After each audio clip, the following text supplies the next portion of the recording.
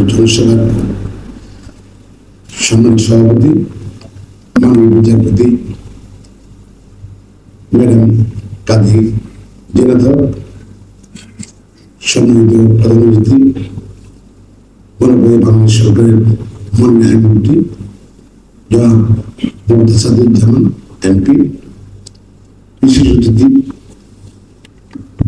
Supreme কোর্টের appeal বিষয়ের মাননীয় বিচারপতি ম্যাডাম ফারাহ মাহবুব এবং বিশেষ অতিথি বাংলাদেশের বিখ্যাত কাদর, মাননীয় বিচারপতিগণ এবং আইনজীবী বন্ধুগণ,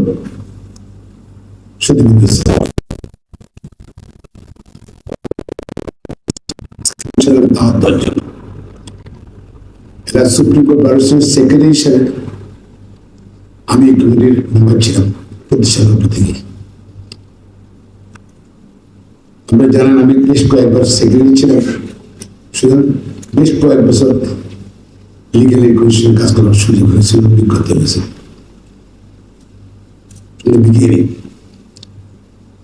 এবং supreme court legal aid committee এখন অনেক ব্যাপক হয়েছে, অনেক বিচার প্রার্থী আর্থিক অসচ্ছল ব্যক্তিগত আইনগত সহায়তা পাচ্ছেন হাইকোর্ট ডিভিশন এবং আপিল ডিভিশন। ইনশাআল্লাহ আরো অগ্রগতি হবে আগামী। আমার দুইটা রিকমেন্ডেশন হচ্ছে,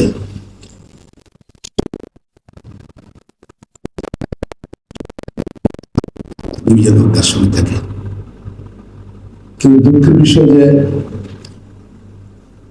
আইনজীবীরা অনেকে ভালো করছেন, অনেকে ভালো করছেন, সুপ্রিম লিগ্যাল এইড কমিটি আছে, কিন্তু তাদের স্যাটিসফ্যাকশন থাকে না। অনেক সময় টাকায় যে আমার টাকা নেই, আমি টাকা থাকতে হলে নিতে পারতাম, আফসোসটা থাকে সবসময়। আগের মতো নিচ্ছে, এটা একদম তো এই পর্যায়ে মনে করি আমাদের অনেক সিনিয়র আইনজীবী টুইস্টার।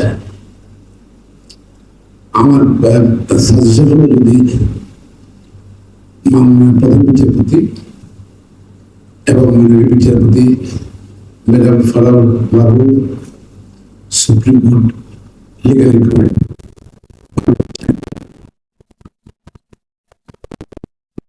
জেনারেল, আপনার যদি একসময় যারা এই সিনিয়র অনেকে তাদেরকে যদি ডাকেন সবাইকে, তাদের সামাজিক দায় আছে সবার, কিছু পেশা,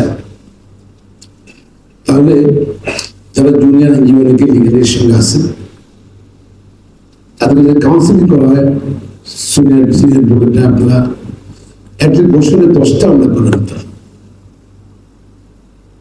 এবং এটা যদি রেকর্ড রাখা হয় যদি, তাহলে যেসব আইনজীবী বন্ধুগুলো লিগ্যাল এইডে কাজ করছেন তখন দিলে একটা অপশন যে একজন সিনিয়র বোর্ডকে নেওয়া, এতে কি হবে মামলা ভালো হবে।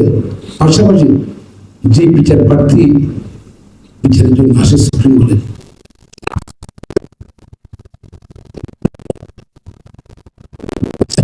করা যায় কিনা, নাম্বার 1। নাম্বার 2 মধ্যে আমাদের মাননীয় আইনমন্ত্রী উপস্থিত আছেন, অ্যাটর্নি জেনারেল আছেন। আমরা জানি যে আমাদের অপরাধ করছে অনেকে জেলে যাচ্ছে, কিন্তু একটা ছেলে কলেজে পড়ে, সে যেগুলো একটা ঘটনায় মামলা হলো, ফার্স্ট ইয়ার পড়েছিলেন যত, সে জেলে গেল। জেলে গিয়ে অনেক সময় মিশা হচ্ছে, খারাপ ভালো, ইভেন 6 মাস পরে যদি সে জেল জামিন পেয়ে বেরিয়ে আসে, সে কিন্তু তার পড়ালেখা কন্টিনিউ করতে পারে না। আলটিমেটলি সে ডিসপ্রপোর্শন ডিলেট হয়ে যাচ্ছে তার পড়ালেখা থেকে।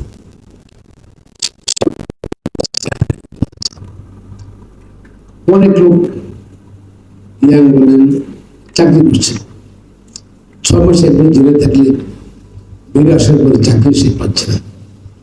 সে কিন্তু আমরা কি করছি, এদের সবাইকে ক্রিমিনাল তৈরি করছি সিস্টেমে। যদি আমরা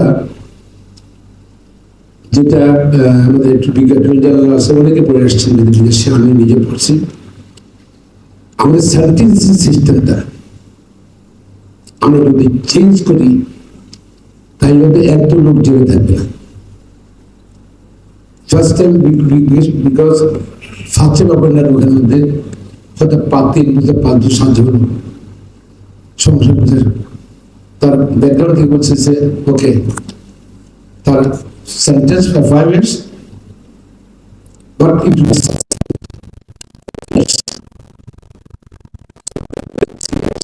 তাহলে এটা কারেকশন সংশোধন সুযোগ দেওয়া হলো।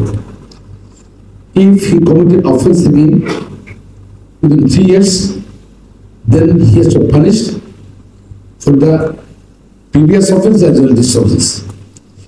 Correcting approach now is sentencing system. Legal aid দিয়ে আমরা সাহায্য বলা হবে না, আমাদের টোটাল এটাকে চেঞ্জ করতে চাই সিস্টেমটা। যদি আমি যেহেতু অনেক ইম্পর্টেন্ট এখানে সামনে বসে আছে মানে বিচারপতিরা অনেক জ্ঞানী, আমাদের বিচারপতি, তারপর আইনমন্ত্রীকে পেলাম সবার সামনে। যদি তুমি চিনতে পারেন মনটা মেডিকেল চেঞ্জ হবে, অনেক লোক অনেক ছেলে মেয়ে ক্রিমিনাল হবে না। কারেক্টিভ অ্যাপ্রোচ সিস্টেম যদি নেন তাহলে কি হলো, আমি অসুস্থ হলে চিকিৎসা করলাম, অসুস্থ যেন না হয় সেই জন্য ব্যবস্থা গ্রহণ করি, প্রিভেন্টিভ মেজার। তাহলে মনে হয় এই যে উদ্দেশ্য লিগালে বা আইনগত জাতীয় সংস্থা তাদের উদ্দেশ্যটা অনেকটা এভাবে পরিণত হতে পারে। আমি সকলকে ধন্যবাদ।